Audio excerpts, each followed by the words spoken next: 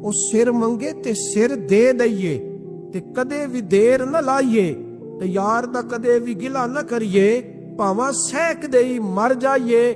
ਸਜਣਾ ਜਾਂ ਤੇ ਲਾਈਏ ਹੀ ਨਾ,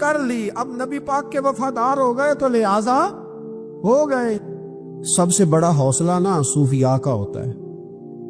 صوفی بھی کہتے ہیں کہ مرشد ایک بنانا، چلو فیض جہاں سے بھی ملے گا اپنے پیر کا صدقہ ہی ملے گا۔ اس کی دلیل میرے اسا فرمایا کرتے تھے باپ ایک ہوتا ہے، چلو چاچے تو 15 بھی ہو سکتے ہیں لیکن والد ہے۔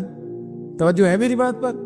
ایک بات آپ کو سنانی ہے، ذرا تھوڑی غور کریں، جو لوگ طریقت کے رستے کے مسافر ہیں نا ان کو ذرا جلدی سمجھ آئے گی اس بات۔ بابا فرید الدین گنج شکر رحمت اللہ تعالیٰ علیہ کے ایک مرید تھے اور جمال الدین ہانسوی۔ بابا صاحب کو مرید سے بڑا پیار ہو گیا۔ وہ ہانسا کے رہنے والے بابا صاحب پاک پتن کے، تو وہ بیچارے اکیلے بھائی تھے، والد بھی فوت ہو گیا تو ماں بوڑھی تھی۔ بابا صاحب نے ان سے کہا کہ تو پاک پتن آ جا۔ کہنے لگے حضور ماں نہیں اجازت دیتی، اگر آپ کہتے ہیں تو آ جاتا ہوں۔ تو بابا صاحب فرمانے لگے اگر نبی پاک نے اویس کرنی کو بلایا ہوتا تو میں بھی تجھے بلا لیتا، لیکن نبی کریم علیہ السلام نے انہیں نہیں بلایا تو لہذا میں تجھے بھی نہیں بلاتا۔ لیکن پیار بڑا تھا تو بابا صاحب کہنے لگے چل تو پاک پتن نہیں آتا تو میں تو تیرے گاؤں آ سکتا ہوں۔ 3 سال بابا جی مرید کی خاطر اس کے گاؤں میں چلے گئے۔ ان بھی پیٹوں جاندے نے مرید دی خاطر، پر مرید پجاروں والا ہونا چاہیے۔ غریب ہو تو پھر انہوں نے راہ اوکھا لگتا ہے، پھر مشکل ہوتا ہے۔ چلے جاتے ہیں اب بھی چلے جاتے ہیں۔ ماڑا آئے تو انہوں کہنا ہے تو جمعے راتی آئی سویرے 8 بجے، ہاں تو کدھر آ گئے؟ تگڑا آئے تو انہوں کہتے ہیں تو بڑی لیٹ آیا، تو تے راتی خواب بھی آیا سویرے۔ خدا بندہ یہ تیرے سادہ دل بندے کدھر جائیں؟ شہنشاہی بھی عیاری ہے اور جو ہے وہ فقر بھی عیاری ہے، شہنشاہی بھی عیاری۔ تو میرے بھائی سنیں، بابا صاحب نا 3 سال مرید کے ہاں چلے گئے۔ 3 سال ہانسا میں آپ نے قیام فرمایا، 3 سال۔ والدہ تو ان کی جلدی انتقال کر گئی لیکن بابا صاحب وہیں رہ گئے تھے۔ وہ حضرت جمال الدین بڑے خوبصورت تھے، بڑے پیارے تھے، ویسے بھی ادائیں بڑی اچھی تھی ان کی، عالم فاضل۔ حضرت خواجہ بہاؤالدین زکریا ملتانی ایک دفعہ پاک پتن آئے بابا فرید صاحب کو ملنے، تو انہیں جمال الدین ہانسوی پسند آ گئے۔ انہوں نے ملتان جا کے بابا فرید کو خط لکھا کہ میرے سارے مرید اور خلفاء لے لے پر اپنا جمال الدین مجھے دے دے۔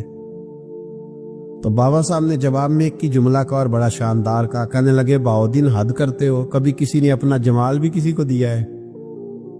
وہ تو میرا جمال ہے، یہ بھی کبھی کسی نے کسی کو دیا ہے؟ اللہ اکبر۔ انہوں نے نا کوئی روحانی کشش ڈالی حضرت جمال الدین ہانسوی کے دل پہ۔ تو بابا صاحب اسباق پڑھا رہے تھے شاگردوں کو، تو حضرت جمال الدین ہانسوی آ گئے، آ کے کہنے لگے حضور میں نے ملتان جانا ہے۔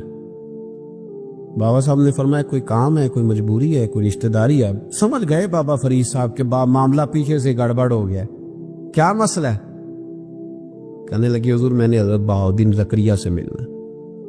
محبت میں شراکت داری نہیں قبول ہوتی نا، باقی معافیاں مل جاتی ہیں، شراکت داری کی کوئی معافی یہ تو نے کیوں کی؟ شریک تو نے کیسے بنا لی؟ ایک در پھڑیے تے محکم پھڑیے تے ایک دئی ہو کے مریے، یہ تو نے کیا کیا؟ فرمانے لگے اچھا بہاؤالدین زکریا سے ملنا ہے؟ کہا ہاں۔ پیار بڑا تھا بابا صاحب کا خواجہ بہاؤالدین زکریا سے، محبت بڑی تھی۔ فرمایا اچھا میں تیری خاطر یہاں آیا ہوں اور تو نے کوئی قدر ہی نہیں ڈالی، تو کہتے آگے جانا ہے، جا اب تو اسی کے پاس جائے گا۔ حضرت جمال الدین ہانسوی کہتے ہیں میں نکل آیا پر سینے کا نور سارا رخصت ہو، نہ میں ملتان جا سکا اور نہ میں بابا صاحب کا رہ سکا۔ 3 سال ہو گئے معافیاں مانگتے، پر بابا صاحب نے فرمایا یار میں تیری خاطر بڑھاپے میں یہاں آیا اور تو نے سوچا ہی نہیں، تو نے قدر ہی نہیں ڈالی، تو نے یہ کیا کیا میرے ساتھ؟ ایک تاجر آیا کرتا تھا بابا فرید صاحب سے ملنے سال کے بعد، وہ آیا تو اس نے لوگوں سے پوچھا کہ وہ کدھر ہے جمال الدین جس سے سلام لے کے بابا صاحب سے لوگ ملتے تھے، جو رستہ تھا بابا صاحب کی طرف جانے کا؟ کہا وہ تو روڑی کے ڈھیر پہ بیٹھے۔ وہ ملنے گئے اور جب جا کے ملے نا حضرت جمال الدین سے تو وہ رو پڑے۔ کہا کیا ہوا؟ کہنے لگے بس ہوا یہ کہ میں اس کی قدر نہیں ڈال سکا، جو قدر مجھے کرنی چاہیے تھی نا یار کی، میں وہ قدر کر سکا، میں قدر نہیں کر سکا، یہ مجھے سزا ملی۔ کہا ان سے کہنا معاف کر دے۔ وہ تاجر بڑا پیارا تھا، بابا صاحب رات کو پیر دبا رہا تھا وہ تاجر بابا صاحب کے، اس کا خیال تھا لوگ سارے جائیں گے تو بات کروں گا، پیر دباتے دباتے ساری دنیا چلی گئی، وہ بیٹھا رہا۔ بابا صاحب بولے، فرمانے لگے جاتا کیوں نہیں؟ جمال الدین کی بات کرنی ہے، جمال الدین کا ذکر کرنا ہے، چل کر تو کہا حضور اب دیکھا نہیں جاتا، مہربانی فرمائیں۔ فرمایا یار اس نے دیکھ میرے ساتھ کیا کیا ہے، میں علاقہ چھوڑ کے یہاں آیا اس کی خاطر، اور کہتا ہے میں نے آگے جانا ہے، اس نے توجہ ہی نہیں کی، اس نے میری محبت کو سمجھا ہی نہیں۔ فرمایا اسے کہنا میں اسے بھولا نہیں، میں روز اس کے لیے دعا کرتا ہوں۔ جا تو کہتا ہے تو اسے لے آ۔ حضرت جمال الدین ہانسوی جب آئے نا، اللہ والے پھر بھی سامنے والے پہ الزام نہیں ڈالتے، جب آئے نا تو کمزور ہو گئے تھے، وجود کمزور ہو گیا، آنکھیں باہر نکل آئیں، تو حضرت بابا صاحب انہیں دیکھ کے نا انہیں پھر بھی کچھ نہیں کہا، کہنے لگے فرید الدین، اپنے آپ کو ہی مخاطب، فرید الدین یہ تو نے کیا کیا؟ کوئی اپنے جمال کا اس طرح کا حال بھی کرتا ہے؟ ان کو جب معافی ملی تو وہ رو پڑے، کہنے لگے حضور میرے لیے دعا کرے، اب میں رضا میں ہی پردہ کر دوں۔ ان کا انتقال ہوا اور بابا صاحب نے خود جنازہ پڑھایا۔ سنو بخاری شریف، سنو بخاری، صحیح بخاری، حضرت عمر فاروق رضی اللہ تعالیٰ عنہ فرماتے میں تورات پڑھ رہا تھا، نبی پاک علیہ السلام مسجد نبوی میں آئے تو میں تورات پڑھ رہا تھا، تورات۔ حضور نے آتے پوچھا عمر کیا کر رہے ہو؟ یا رسول اللہ صلی اللہ علیہ وسلم تورات پڑھ رہا ہوں جو حضرت موسیٰ علیہ السلام پہ نازل ہوئی، اللہ کی کتاب۔ نبی کریم علیہ السلام حضرت عمر کہتے ہیں کبھی مجھ سے ناراض نہیں ہوئے، پر آج حضور ناراض ہو گئے، چہرے پہ جلال آیا، اور محبوب کریم نے فرمایا عمر مجھے اللہ کی عزت کی قسم، اگر آج حضرت موسیٰ حیات ظاہری میں ہوتے تو میرا کلمہ پڑھ کے میری فرما برداری کر، اور تو ان کی کتاب پڑھ رہا ہے، ان کی کتاب۔ مسلمان کو کسی اور طرف نکلنے کی اجازت، یہاں تو گھر میں بھوک ہونا تو بندہ پڑوسی کے گھر سالن لینے جائے، اور اگر ہر چیز تجھے اپنے گھر ملے، ہر خیر تجھے ملے، پھر تو دائیں بائیں کیوں جائے؟ کس لیے جائے؟ تھوڑا سا اپنے اندر استقامت پیدا کریں، دین کی تہذیب کو بچائیں۔ ہم نے ساری سنتیں کیا ادا کرنی ہیں میرے بھائی؟ ایک مسواک ہے نا ہمارے گھروں سے، وہ بھی رخصت ہو گئی۔ امام شورانی فرمایا کرتے تھے جس گھر میں مسواک ہو اللہ کے فرشتے اس گھر کا دیدار کرنے آتے۔ اس کی جگہ بھی ٹوتھ پیسٹ آ گیا، ذرا انگریزی کا لفظ ہے نا تو اچھا لگتا ہے، ذرا لوگوں کو پتہ چلتا ہے وی آئی پی ہو گئے سارے۔ خدا کا خوف کرے، اپنے دین کے ساتھ اپنے آپ کو وابستہ کرے، روح کے مسلمان بنے، زبان کے مسلمان بنے۔ ایک ہندو نے نا کتاب لکھی ہے حضور علیہ الصلوۃ والسلام کے سیرت مبارکہ پر، ہندو نے، وہ ہندو کہتا ہے کہ میں نے نا عجیب منظر دیکھا ہے عرب کے لوگوں کا۔ ہندوؤں نے نا بڑا خوبصورت میرے محبوب کے بارے میں لکھا ہے۔ ایک ہندو نے جب حضور کی سیرت پر کتاب لکھی تو کچھ لوگوں نے کچھ اشعار لکھے، تو لوگوں نے کہا تو ہندو ہو کے حضور پہ لکھتا ہے؟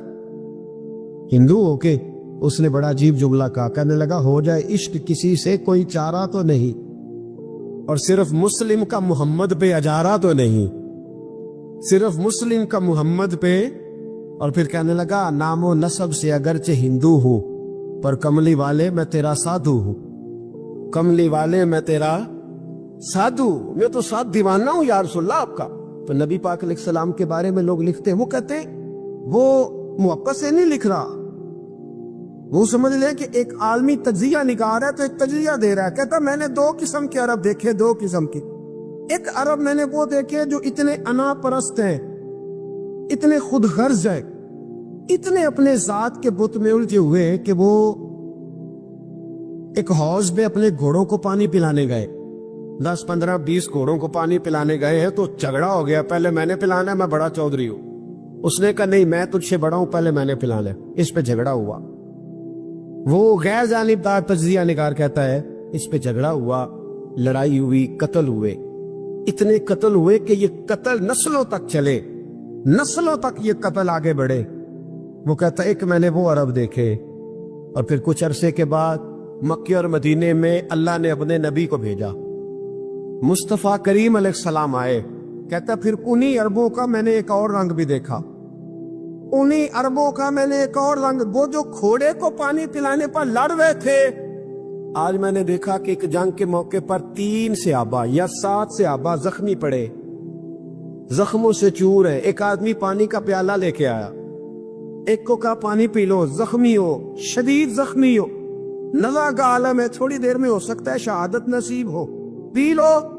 کل جو گھوڑے کو کہتا تھا پہلے میں نے پلانا ہے، میں نے پلانا ہے، آج وہی قوم میں نے عجیب رنگ دیکھا، کہا پانی پی لو، تو کہنے لگا یار میں تھوڑا زخمی ہوں، یہ جو میرے ساتھ لیٹا ہے یہ زیادہ زخمی ہے، پہلے اس کو پلا دے، میرے بھائی کا بھلا ہو جائے۔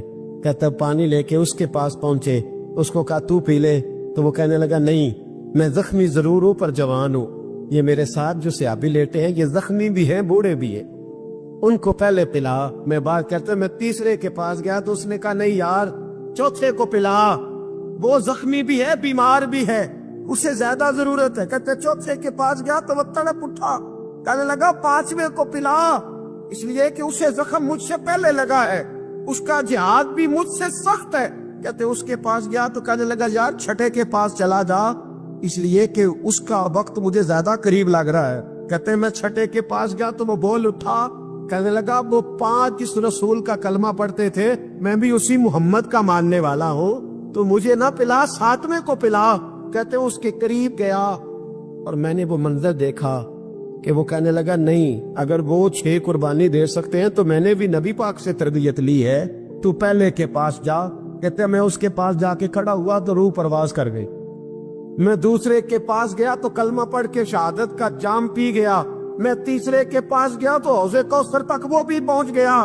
کہتے ہیں 7 کے 7 وصال کر گئے، پانی میرے ہاتھ میں تھا اور میں اس صحرا میں کھڑے ہو کے سوچ رہا تھا یہ وہ لوگ ہیں جنہوں نے دل کا کلمہ بھی پڑھا ہے، روح کا کلمہ بھی پڑھا ہے، یہ ان کا صرف وجود نہیں جھکتا رب رسول کی بارگاہ میں، جب یہ جھکتے ہیں تو ان کے دل بھی جھکے ہوئے ہوتے ہیں، ان کی روحیں بھی جھکی ہوئی ہوتی۔ حالات بدل گئے میرے بھائی۔ ایک زمانہ وہ تھا جب حضرت عمر فاروق کی لونڈی نے کلمہ پڑھا، ہاں حضرت عمر لونڈی نے کلمہ پڑھا تو حضرت عمر نے اسے الٹا لٹکا لیا، درے مارتے۔ بی بی کہتی ہے عمر مجھے اتنا مارتے کہ مارتے مارتے تھک جاتے، پھر پانی منگاتے، پانی پی کے پھر مارتے۔ یہ وہی عمر ہے جو کہتے جو کلمہ پڑھے گا گردن کاٹ دوں گا، یہ وہی عمر ہے جو کوئی غریب مسکین قریب نہیں پھٹک سکتا تھا، لونڈی کو دروں سے مارتے، وہی عمر کلمہ پڑھ گئے۔ پر پہلے تو ایک قبیلے کے سردار تھے نا بھائی، پہلے ایک قبیلے کے سردار تھے تو الٹا لٹکا کے مار، چاہیے تھا نا جب امیر المومنین بنتے زیادہ سخت ہو جاتے اور ان کے اندر سختی آتی، امیر المومنین بن گئے۔ 24 لاکھ مربع میل پر حکومت، 24 لاکھ مربع میل کا حکمران، چہرے پہ نقاب پہنا، کنز الاموال میں روایت موجود، وہی عمر جو کل غریب عورت کو دروں سے مارتے ہیں، وہی عمر۔ انقلاب آ گیا، سوچ بدل گئی، نگاہ اور دل مسلمان ہو گئے۔ عمر گزر رہے ہیں، ایک گھر سے بچوں کے رونے کی آواز آئی، چہرے پہ نقاب پہنے عمر رک گئے۔ افلا غلام ساتھ تھا، کہنے لگے پتہ کر کوئی مسئلہ ہے۔ دروازے پہ دستک دی، بی بی تیرے بچے کیوں روتے؟ کہنے دوڑ جاؤ، کون ہوتے ہو تمہیں کیوں بتاؤں؟ غریب ہر ایک کو نہیں داستان بتائیں، ابھی ایک جماعت آ گئی مجھے بتاؤ میں حل کروں گا، پھر دوسرا آ گیا زخم ٹٹولنے، مجھے بتاؤ میں کس کس کے سامنے زخم کھولے، کس کس کو بتائیں؟ یہ بھی کہنے لگی جا دوڑ جا، ترجنوں آتے ہیں روز پوچھتے ہیں، پوچھ کے تو بھی جا، آدھی رات کو تو کون ہے؟ حضرت عمر منت کرنے لگے، کہنے لگے بی بی تیری مہربانی بتا تیرے بچے کیوں روتے ہیں؟ تو عورت تڑپ کے بولی، کہنے لگی تو نہیں جاتا تو سن، پھر میرے بچوں کی غلطی یہ ہے کہ یہ غریب بھی ہیں اور یتیم بھی ہیں، ان کی غلطی ہے کہ ان کا باپ چلا گیا، ان کی غلطی یہ ہے میں نے غریب گھروں میں پرورش پائی ہے، ان کی غلطی یہ ہے کہ ان کا دادا رئیس نہیں تھا، ان کی کوتاہی یہ ہے کہ ان کا نانا جاگیردار نہیں تھا، ان کی غلطی یہ ہے کہ ان کی ماں جہیز میں کچھ لے کے نہیں آئی، اور کیا پوچھنا ہے؟ حضرت عمر کہنے لگے بہن ماجرا کیا ہے؟ کہنے لگی باپ انتقال کر گیا، عمر جب سے حکمران بنا ہے اس گاؤں میں کبھی اس نے پھیرا ہی نہیں ڈالا، وہ آیا ہی نہیں، میری غریبنی کے بچے ساری رات بھوک سے روتے، وہ کبھی آیا ہی نہیں، یہ غلطی ہے۔ پہلے تو میں کچھ نہ کچھ ان کو خشک روٹی کھلا دیتی تھی، آج تو گھر میں کوئی شے نہیں، شام سے لے کر پانی اور روڑے ہنڈیا میں ڈالے ہیں، پکاتی جاتی ہوں، کہا تھا چلو سو جائیں گے اور بھوک بڑی ظالم ہے، نیند بھی نہیں آنے دے، صبروں کا لوگ محمد جس کا نام غریبی کنڈ ولا کے لنگ جاندے نی دوست یار قریبی، کب بھوک بڑی ظالم ہے، پیٹ بھوکا ہو تو یہ بھی نہیں آتی، سوچتی تھی سوچ اب تہجد کا وقت ہے پر سوتے نہیں، اب بتاؤ میں کیا کروں؟ عمر تو 24 لاکھ مربع میل کا حکمران ہے، اس کچی بستی میں کیسے پھیرا ڈالے گا؟ حضرت عمر دوڑے گئے، 60 سال عمر، کندھے پہ اناج کا تھیلا رکھا، کندھے۔ غلام کہتے حضور مجھے دے دے، فرمایا پتا قیامت میں بھی میرا بوجھ اٹھائے گا۔ پھر حضرت عمر لائے، پھر عمر نے اس بی بی کے گھر میں چراغ روشن کیا۔ پھر بوڑھے عمر کہتے میری بیٹیاں تھیں، میری بیویاں تھیں، میں نے کھانا کبھی نہیں پکایا تھا۔ میں نے اس بی بی سے کہا بہن تو بیٹھ جا، بیٹھ گئی۔ عمر کہتے میں نے آگ جلائی۔ آپ کے غلام کہتے ہیں جب عمر آگ میں پھونکے مارتے تھے تو ان کی داڑھی سے دھواں نکلتا تھا۔